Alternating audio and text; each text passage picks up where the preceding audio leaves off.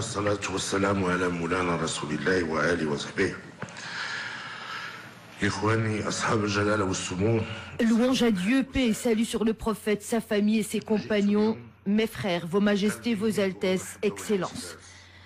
Je viens aujourd'hui, le cœur plein d'affection et de fierté, c'est la même que je ressens chaque fois que je me rends dans la région du Golfe arabe. Mais je voudrais tout d'abord exprimer mes remerciements à notre frère, le serviteur des deux saintes mosquées, le roi Salman Ben Abdelaziz Al Saoud, qui a bien voulu accueillir cet important sommet, ainsi qu'à tous les chefs d'État des pays du Conseil de coopération du Golfe qui y participent.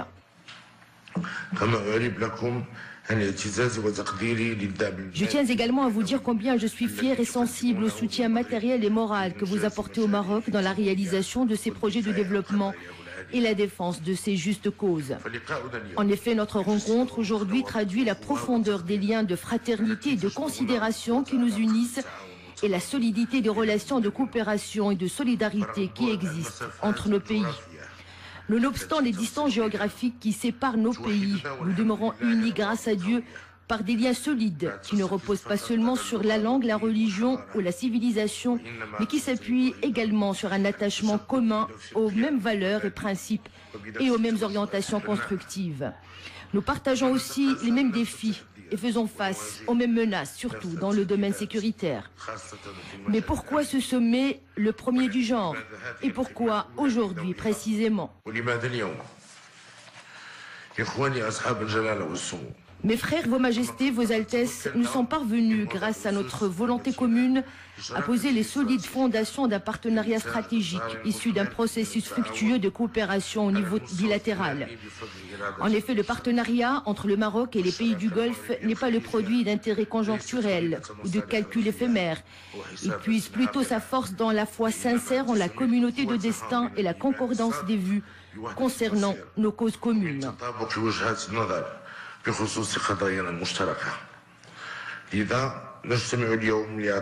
Nous nous réunissons donc aujourd'hui pour donner une forte impulsion à ce partenariat qui a atteint un tel degré de maturité que nous nous devons désormais d'en développer le cadre institutionnel et les mécanismes opérationnels.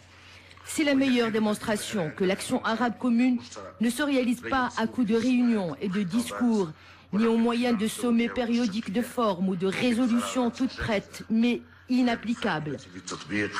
En revanche, il requiert des efforts soutenus, une coopération tangible, ainsi que le renforcement et l'exploitation judicieuse des expériences réussies, dont est au premier chef l'expérience pionnière du Conseil de coopération des États du Golfe arabe. C'est un message d'espoir pour nous-mêmes et un signal fort pour nos peuples quant à notre capacité à élaborer des projets mobilisateurs communs. Majesté Altesse, ce sommet se tient dans une conjoncture délicate. La région arabe vit en effet au rythme de tentatives de changement de régime et de partition des États, comme c'est le cas en Syrie, en Irak et en Libye, avec tout ce que cela comporte comme tueries, exode et expulsion d'enfants de la patrie arabe. Après ce qui fut présenté comme un printemps arabe qui a occasionné tant de ravages, de désolations et de drames humains, nous voilà vivre aujourd'hui un automne calamiteux avec le dessein de faire main basse sur les ressources des autres pays arabes et de briser les expériences réussies d'autres États comme le Maroc en portant atteinte à son modèle national original qui le distingue. Nous respectons la souveraineté des États et respectons leurs choix et leurs orientations pour établir et développer leurs relations avec les partenaires qu'ils veulent.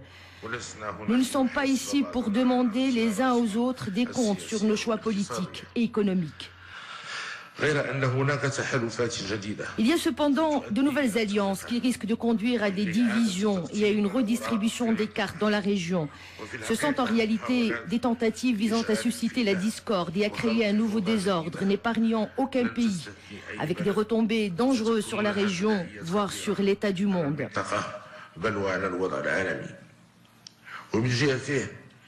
Pour sa part, tout en restant attaché à la préservation de ses relations stratégiques, le Maroc n'en cherche pas moins ces derniers mois à diversifier ses partenariats tant au niveau géopolitique qu'au plan économique. Mais c'est dans ce cadre que s'inscrit notre visite réussie en Russie le mois dernier. Visite marquée par le développement de nos relations ici au niveau de partenariats stratégiques approfondis et par la signature d'accords structurants dans de nombreux domaines vitaux. والتوقيع على اتفاقيات مهيكلة في العديد من المجالات الحيوية.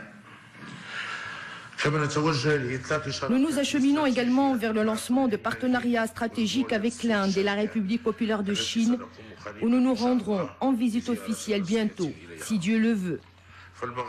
Le Maroc est libre dans ses décisions et ses choix, et n'est la chasse gardée d'aucun pays.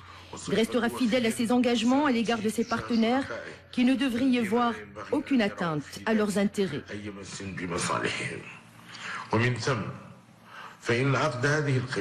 C'est dire que la tenue de ce sommet n'est dirigée contre personne en particulier, surtout parmi nos alliés.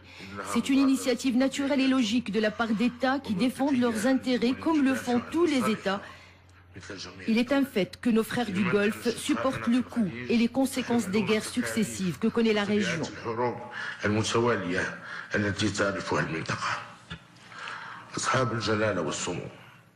Majesté, Altesse, la situation est grave, surtout au regard de la confusion patente dans les prises de position et du double langage dans l'expression de l'amitié et de l'alliance, parallèlement aux tentatives de coups de poignard dans le dos. Que veulent-ils de nous?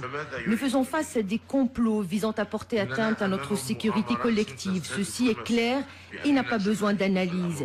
Ils en veulent à ce qui reste de nos pays qui ont pu préserver leur sécurité, leur stabilité et la pérennité de leur régime politique.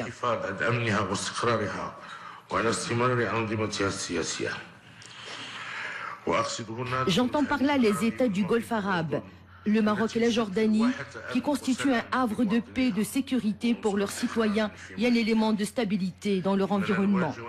Nous faisons face aux mêmes dangers, aux mêmes menaces, si variées qu'en soient les sources et les manifestations. En effet, la défense de notre sécurité n'est pas uniquement un devoir commun. Elle est une et indivisible. De fait, le Maroc a toujours considéré que la sécurité et la stabilité des pays du Golfe arabe sont indissociables de la sécurité du Maroc. Ce qui vous porte préjudice nous affecte aussi et ce qui nous touche vous touche également. Il s'est toujours attaché à le montrer en tout temps et en toutes circonstances, en contrecarrant toutes les menaces auxquelles la région est confrontée, que ce soit lors de la première guerre du Golfe ou à l'occasion de l'opération de restauration de la légalité au Yémen, outre la coopération continue en matière de sécurité et de renseignement. Mes frères, vos majestés, vos altesses, les plans d'agression attentatoires à notre stabilité se poursuivent toujours et ne cesseront pas. En effet, après avoir morcelé et détruit nombre de pays du Mashrek arabe, les voilà qui s'en prennent aujourd'hui à son flanc occidental. Le dernier en date concerne les manœuvres orchestrées contre l'intégrité territoriale de votre deuxième pays, le Maroc. Rien de nouveau puisque les adversaires du Maroc déploient tous les moyens directs et indirects dont leur menée flagrante.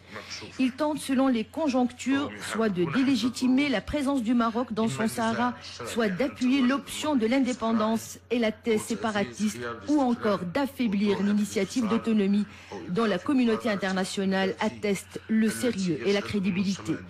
Avec la persistance de ces manigances, le mois d'avril, qui coïncide avec les réunions du Conseil de sécurité sur l'affaire du Sahara, est devenu un épouvantail qu'on agite à la face du Maroc et parfois un moyen de pression ou d'extorsion.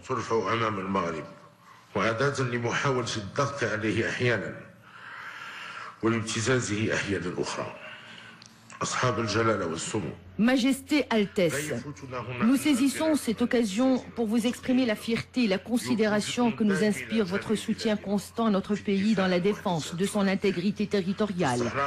En effet, les pays du Golfe ont toujours fait l'affaire du Sahara marocain, et cela ne nous surprend guère de votre part. Car déjà en 1975, on participait à la marche verte lancée à l'époque pour la récupération de nos provinces du Sud des délégations d'Arabie Saoudite, du Koweït, du Qatar, du Sultanat d'Oman et des Émirats, avec la présence marquante de notre frère, son Altesse Cheikh Mohammed Ben Zayed Al Nahyan, prince héritier d'Abu Dhabi, qui avait 14 ans à l'époque.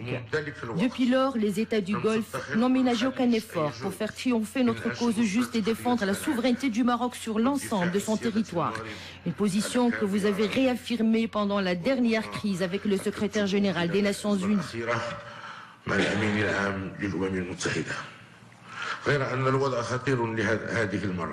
Mais cette fois-ci, la situation est grave et inédite dans l'histoire de ce conflit artificiel suscité autour de la marocanité du Sahara.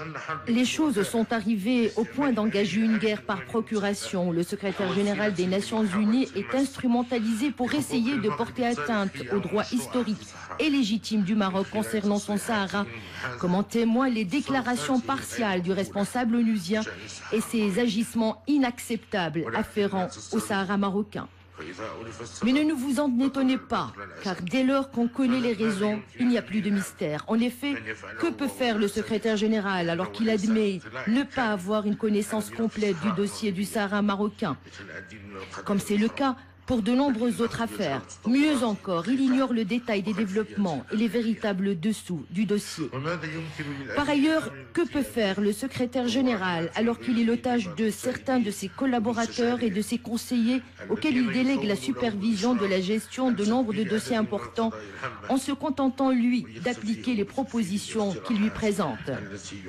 L'on sait aussi que certains parmi ces fonctionnaires ont des parcours nationaux et des backgrounds politiques particuliers et qu'ils servent les intérêts d'autres partis sans respect de l'obligation de neutralité et d'objectivité à laquelle ils sont tenus du fait de leur appartenance à l'Organisation des Nations Unies et qui se trouve être le fondement de l'action onusienne.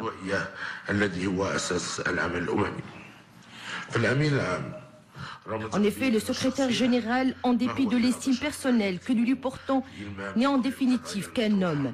De ce fait, il lui est impossible de cerner toutes les affaires soumises aux Nations Unies et de trouver les solutions qu'il faut à toutes les crises et à tous les différends qui éclatent dans le monde. Je tiens ici à souligner que le Maroc n'a aucun problème, ni avec les Nations Unies, dont il est un membre actif, ni avec le Conseil de sécurité, dont il respecte les membres avec lesquels il interagit en permanence.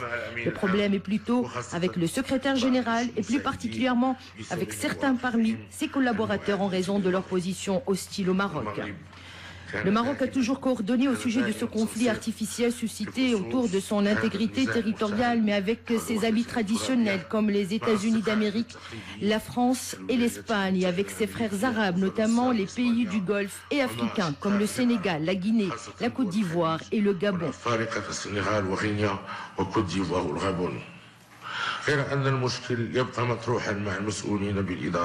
Mais le problème reste posé avec les responsables des administrations qui changent en permanence dans certains de ces pays.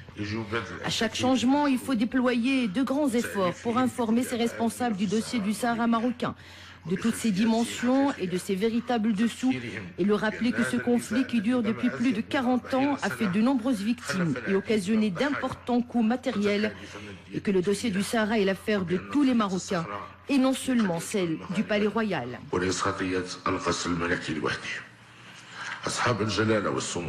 Majesté Altesse, l'heure de la sincérité et de la vérité a sonné. Le monde arabe traverse une période critique, car ce que vivent certains pays n'est pas une exception, mais il s'inscrit plutôt dans le cadre de plans programmés qui nous visent tous. En effet, le terrorisme ne fait pas que nuire à la réputation de l'islam et des musulmans. Certains s'en servent aussi comme un prétexte pour diviser nos pays et pour y semer la zizanie. Cette situation exige d'ouvrir un débat franc et profond entre les différents rites pour corriger les mystifications, mettre en lumière la véritable image de l'islam et réactiver les valeurs de tolérance qui sont les nôtres.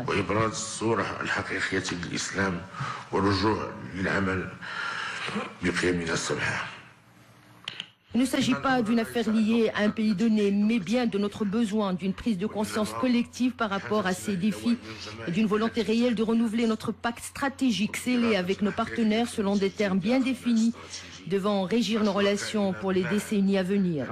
Nous vivons une période charnière entre ce que nous voulons et ce que les autres veulent que nous soyons.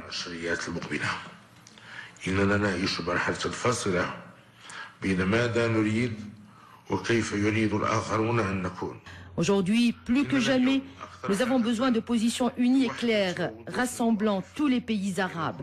Car soit nous nous agrégeons les uns aux autres comme une seule entité et à l'image d'une structure bien charpentée, soit nous serons à l'inverse de ce que nous voulons être.